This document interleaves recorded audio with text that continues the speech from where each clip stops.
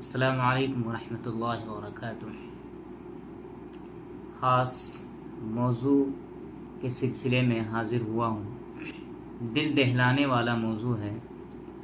ابھی ریسنٹلی جو ہے قریب ہی میں ایک دل دہلانے والا واقعہ پیش آیا کولکاتہ سے، جس میں جو ہے ایک لڑکی کے ساتھ اس قدر بے-رحمی اور حیوانیت کے ساتھ اس کی عزت لوٹی گئی کہ آپ تصور نہیں کر سکتے ہیں۔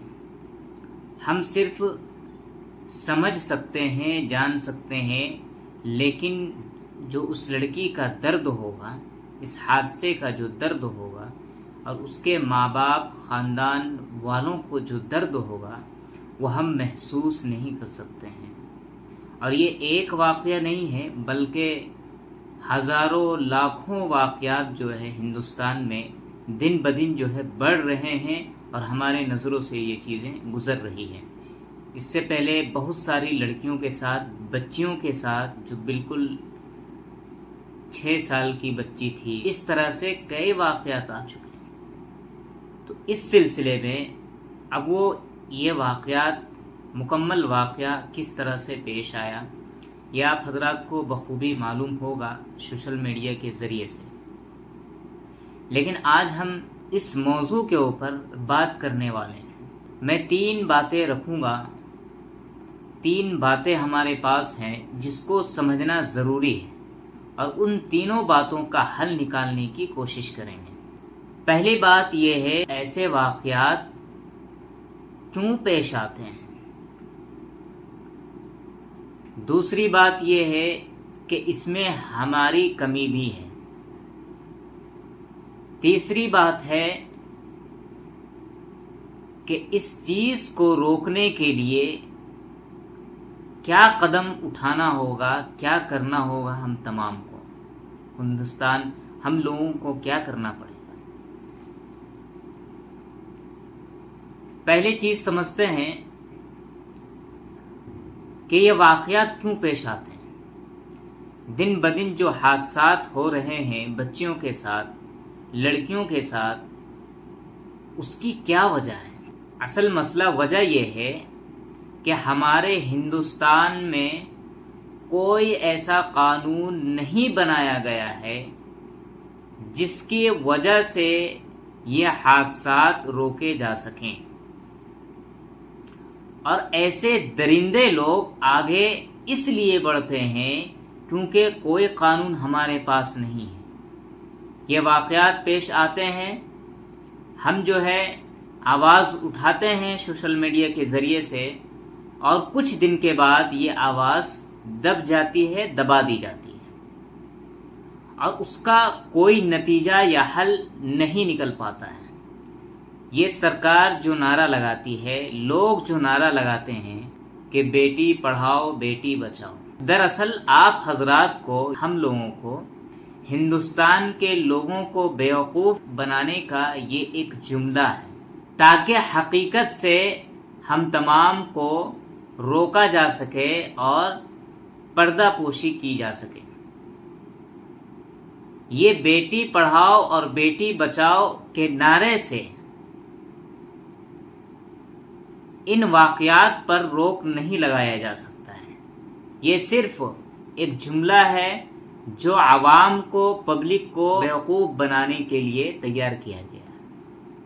آپ خود اندازہ لگائیں کہ اگر اس کے اندر سچائی ہوتی، اس نعرے کے اندر، یا اس کے متعلق سرکار کام کرتی، تو یہ ایسے درندے پیدا نہیں ہوتے ہندوستان میں۔ اچھا، یہ کہا جاتا ہے ہندوستان کے متعلق کہ ہندوستان جو ہے یہ آزاد دیش ہے۔ میں بالکل ایگری کرتا ہوں اس چیز سے، مانتا ہوں کہ ہندوستان جو ہے یقیناً ایک آزاد دیش ہے۔ یہاں ہر ایک کو آزادی ہے، اور اتنی آزادی ہے کہ کچھ درندے کسی کی بہن اور بیٹیوں کے ساتھ ایسا عمل کرتے ہیں کہ اس کو موت کے گھاٹ تک پہنچا دیتے ہیں، اس کی عزت لوٹ لی جاتی ہے۔ یہ آزاد ہے، یہ آزادی ہے۔ یہ صرف کہنے کی باتیں ہیں، ہمیں جگنا ہوگا، تب جا کر مسئلے کا حل نکلنے والا ہے۔ اب دوسری بات کی طرف ہم چلتے ہیں۔ اس میں ہماری بھی کمی ہے۔ ہماری کیسی کمی ہے؟ ہماری کمی یہ ہے کہ جب واقعات پیش آتے ہیں تو ہم آواز اٹھاتے ہیں، اس کے بعد کچھ دن کے بعد ہم ٹھنڈے پڑ جاتے ہیں، پھر اپنی زندگی میں مشغول ہو جاتے ہیں، بزی ہو جاتے ہیں۔ اس کا حل کیا نکلتا ہے؟ کچھ حل نہیں نکلتا ہے۔ ہماری کمی یہ ہے کہ ہم ایسے موقع پر ہم صرف آواز اٹھاتے ہیں اور مانگ کرتے ہیں کہ ایسے درندوں کو سلاخوں کے پیچھے کیا جائے، اور مانگ کرتے ہیں اس بچی کو یا اس لڑکی کو انصاف دیا جائے، اس کے ساتھ عدل انصاف کا معاملہ کیا جائے، اسے بدلہ دیا جائے۔ دیکھیں، ہم جو آواز اٹھاتے ہیں وہ بالکل صحیح ہے، آواز اٹھانی چاہیے۔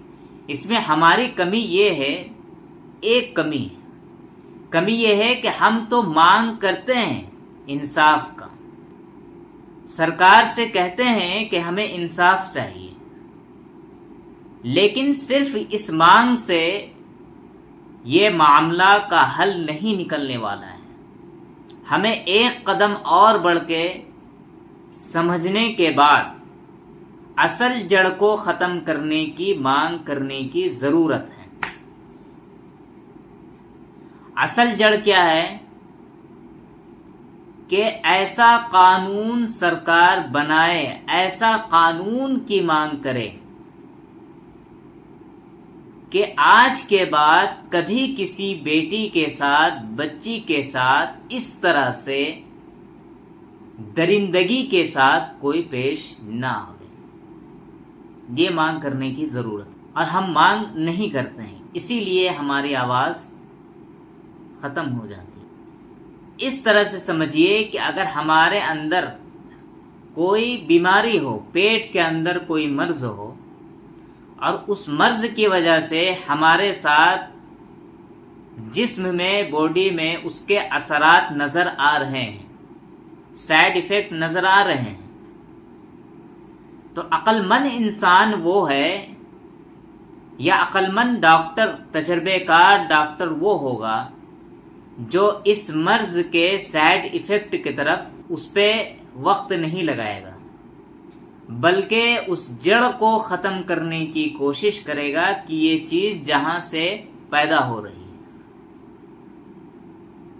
اسی طرح سے ہمیں جڑ کے طرف توجہ ڈالنی پڑے گی۔ اگر کسی کے ساتھ ایسے واقعات پیش آتے ہیں تو اس کے ساتھ عدل کیا ہو سکتا ہے؟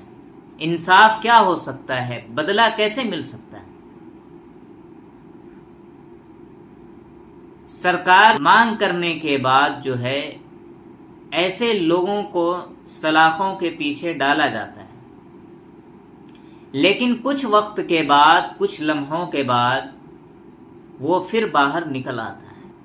تو کیا کچھ لمحوں کے لیے، کچھ وقت کے لیے اس کو سزا دینے سے، اس کو تکلیف دینے سے، سلاخوں کے پیچھے رکھنے سے اس لڑکی کو یا اس بچی کو انصاف، بدلہ مل جائے گا؟ ہرگز نہیں۔ بدلے کا مطلب ہوتا ہے جو اس نے کیا ہے اس کا بدلہ اسی سے مل سکتا ہے۔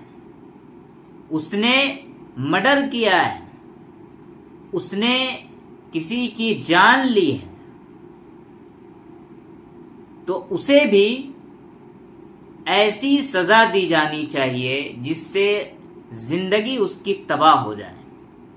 یہ انصاف اور عدل ہے، تب جا کر اس بچی کو انصاف مل سکتا ہے، ورنہ کچھ وقت کے لیے کسی کو گرفتار کرنے سے یہ انصاف نہیں ہو سکتا ہے۔ آخری بات سمجھتے ہیں اس چیز کو کس طرح سے ختم کیا جائے، ایسے واقعات کو، حادثات کو کس طرح روکے جائیں۔ اس کو روکنے کی اور ایک راستہ ہے کہ آپ ایسا قانون لگائیں، ایسا قانون لگائیں اس درندے کے لیے جو سب سے محبوب چیز ہو، اس چیز کو اس کے بدلے میں لے لی جائے۔ آپ قانون لگائیں کہ اگر کسی بچی کے ساتھ، بیٹی کے ساتھ ایسا عمل کوئی کرتا ہے تو اسے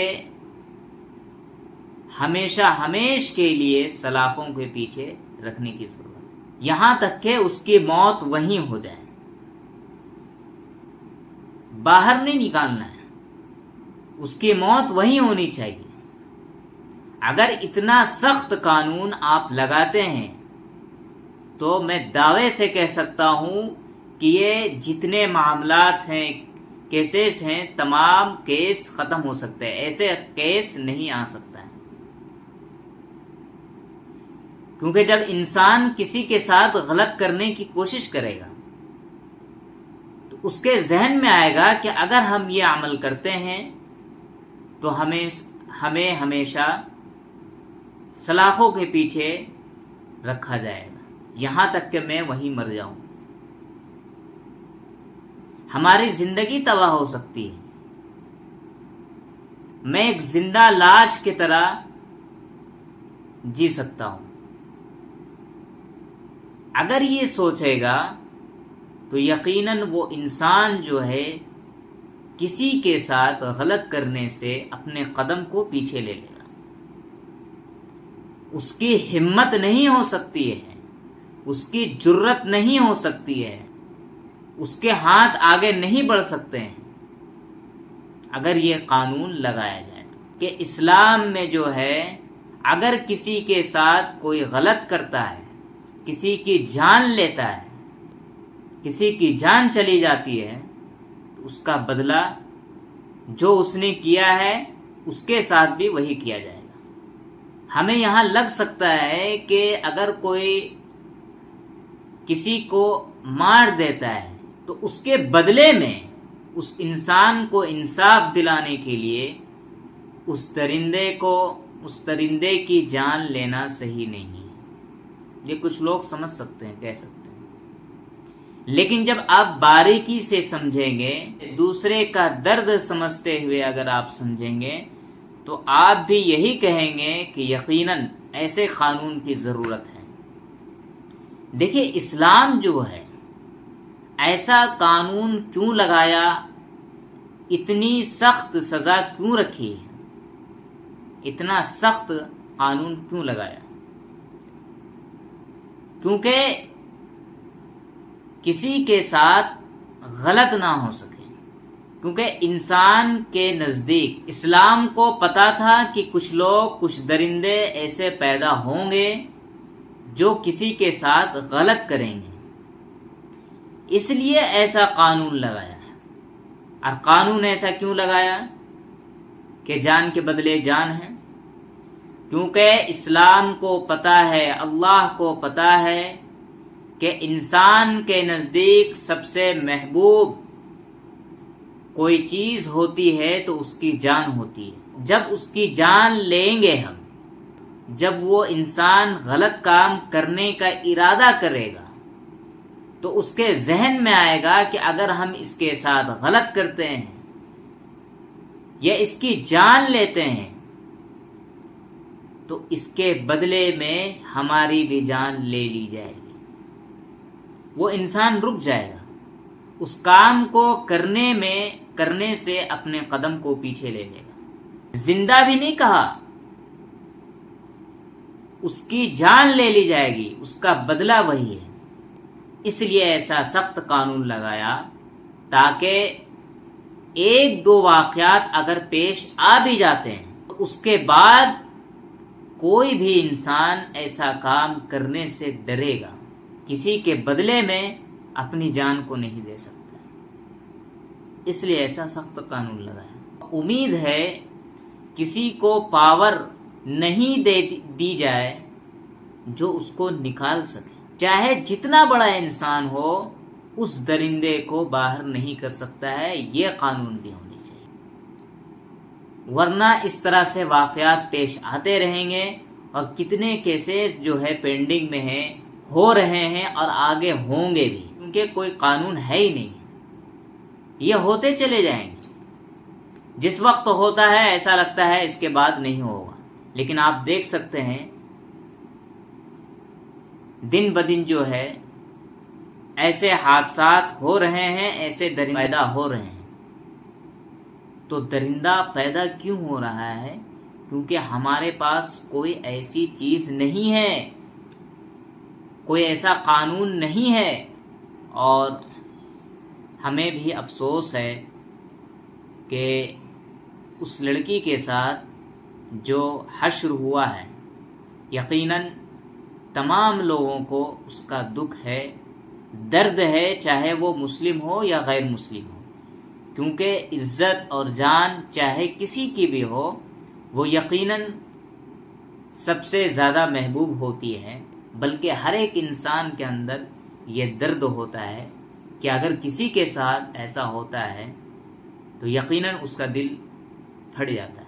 اللہ سے دعا کریں کہ اللہ تعالی ہم تمام کو نیک اور صالح بنائیں اور ایسے لوگوں سے ہماری بہن بیٹیوں کو محفوظ رکھیں۔ اور اس ویڈیو کو ضرور شیئر کریں تاکہ جہاں تک ہو سکے یہ بات پہنچے۔ ہو سکتا ہے کہ بعض لوگوں کو یہ چیزیں سمجھ میں آ جائے گی، ہو سکتا ہے یہ ایک ذریعہ بن سکتا ہے، میرے ذریعے سے کوئی اچھا کام ہو سکتا ہے۔ اس امید سے اس ویڈیو کو شیئر کریں۔ پھر ملتے ہیں انشاءاللہ۔ السلام علیکم ورحمۃ اللہ وبرکاتہ۔